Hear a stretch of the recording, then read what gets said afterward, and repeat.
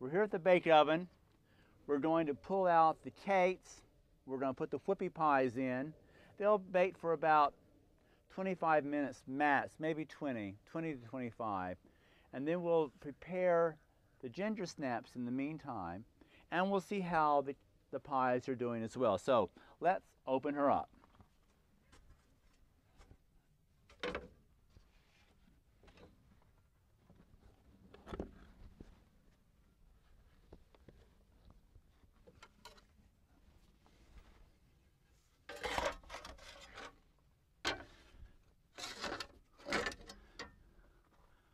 A little too brown for the gingerbread. Let's check. Cornbread looks really good. Let's try the Black Joe cake. Lives up to its name. And the crumb cake. Also dark. All right, now we're going to, that definitely tells me we're only going to put these in for 20 minutes at the max. The nice thing with burned stuff, you can always cut off the crust.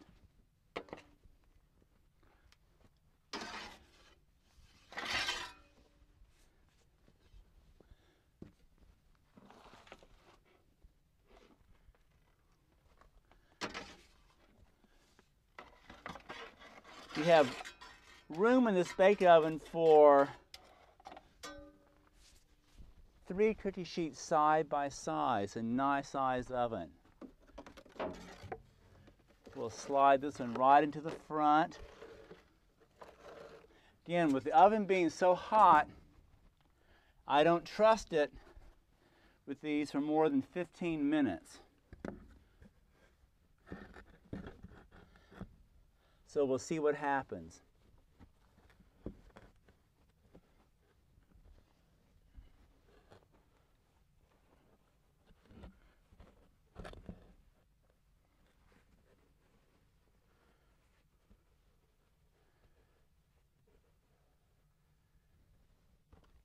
Tuck it in.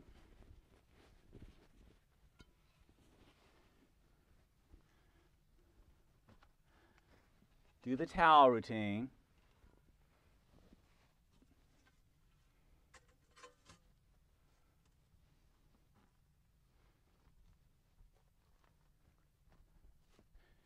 There is a secret to these 3 that they're going to be turned upside down, so we'll see how that works.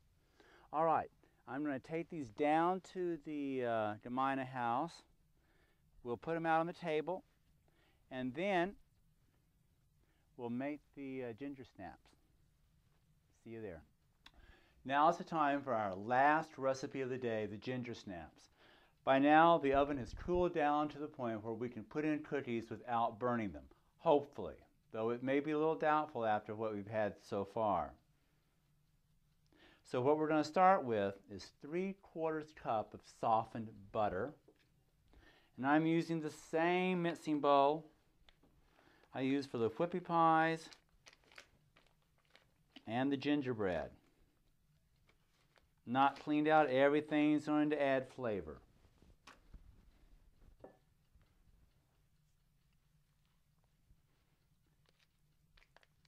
Here's the half, here's the 1/4.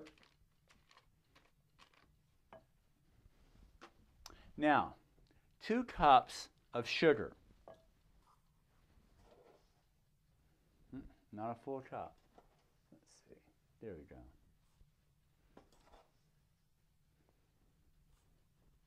We'll cream these first. Then we'll add 2 eggs.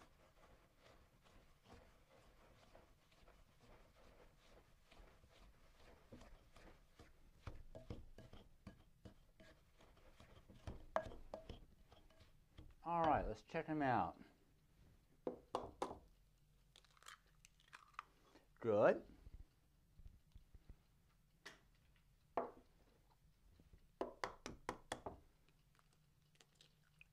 And good.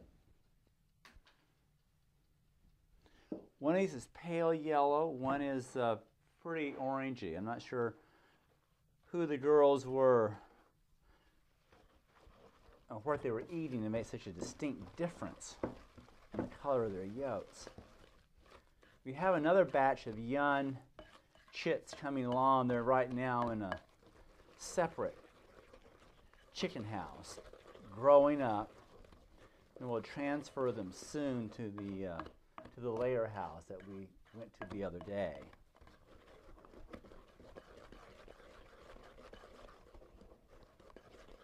Now,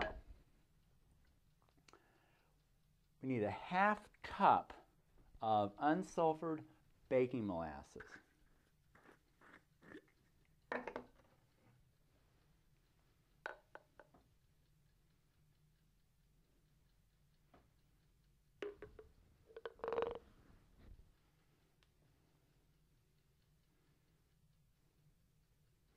There's the half cup. Get to lick off the jar. Always a treat.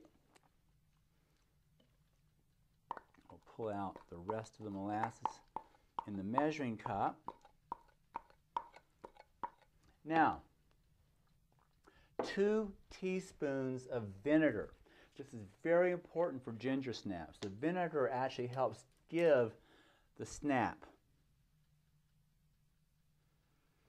A ginger snap, like a whippy pie and a shoe-fly pie, is something that most people who are used to commercial baking never get to try.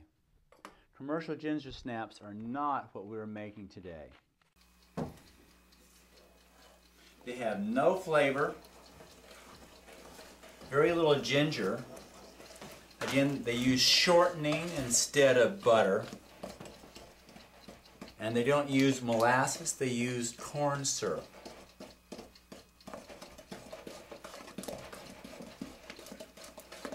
This is a very traditional Pennsylvania Dutch ginger snap. Mix that up. Now then, it's time for the ginger.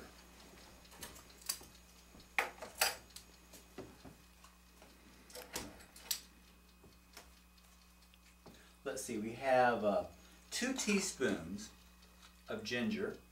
1, 2, a half teaspoon of cinnamon, which doesn't seem like enough, but we'll go with that.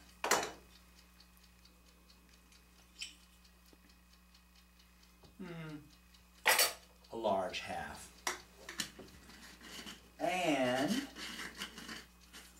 1.5 teaspoons of baking soda.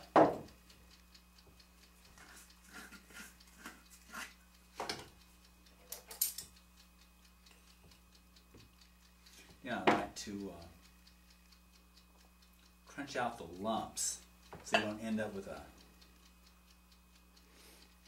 big batch of baking soda in your cookie. Now then, approximately 3.5 cups of pastry flour. This is, again, a tricky part because you want the ginger snaps to flatten out, but you don't want them to run together into one giant cookie on the cookie sheet. If you have too much flour,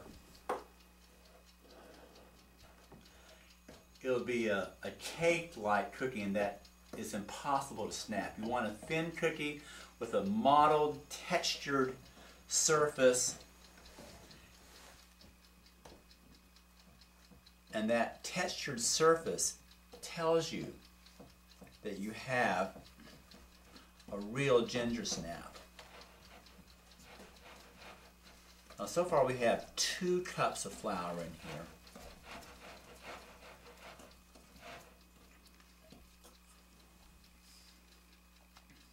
The mottled surface actually comes from the caramelization or the caramelization of the butter.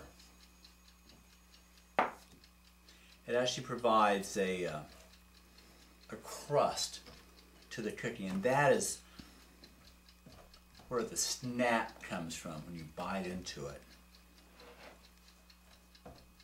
Again, the snap from the flavor comes from both the molasses and the vinegar. So I have 3 cups right now of flour. I want to see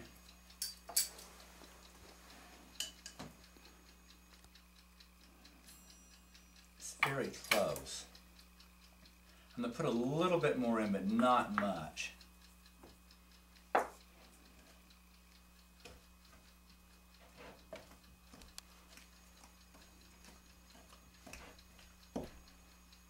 It will be sticky. You don't want a dry flour for this, a dry dough. Maybe a tad more. Oops. Okay, we're going to go with this.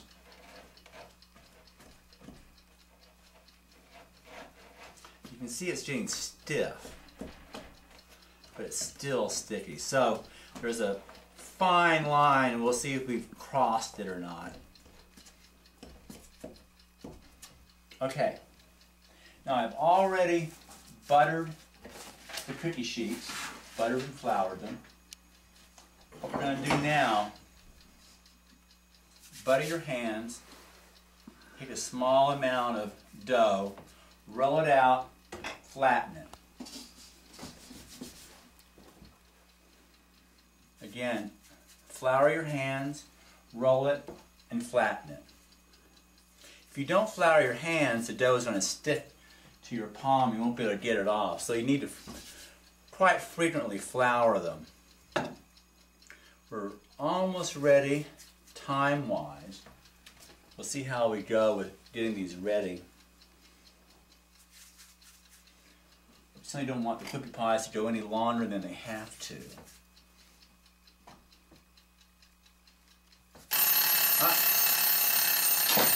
And we're going to finish this out, and then we're going to rush up to the bake oven as fast as I can rush this time of day.